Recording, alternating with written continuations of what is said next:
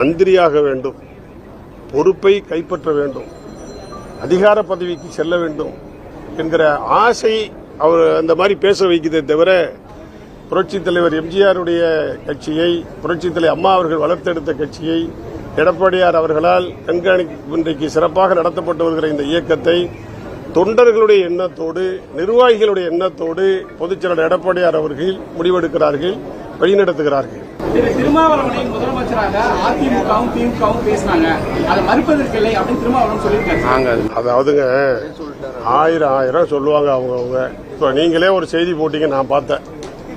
இவர் ஆனந்த், புஷி ஆனந்த் பொதுச்செயலாளர் எடப்பாடியார் வீட்டுக்கு வந்தாரு, இதோ பாருங்கள் கார, இதோ பாருங்கள் உள்ளே இருக்கிறார் அப்படிலாம் செய்தி போட்டீங்க. இல்ல உண்மையா? உள்ள சபாநாயகர் வாழ்த்து பேசும்போது எடப்பாடி அவர்கள் பேசி மறுநாளே எஸ்பி வேலுமணி அவர்கள் பேச அனுமதிச்சாங்க. அதை பத்தி எதாவது கேட்டீங்களா? ரெண்டு பேர் கட்சிக்கு 2 பேர் பேசியிருக்காங்களே. அதாவது இல்ல அனைத்து இந்திய அண்ணா திராவிட முன்னேற்ற கழகத்தின் சார்பில் என்று சபாநாயகர் சொல்லியிருப்பார் என்றால் நாங்கள் அதை எதிர்த்திருப்போம்.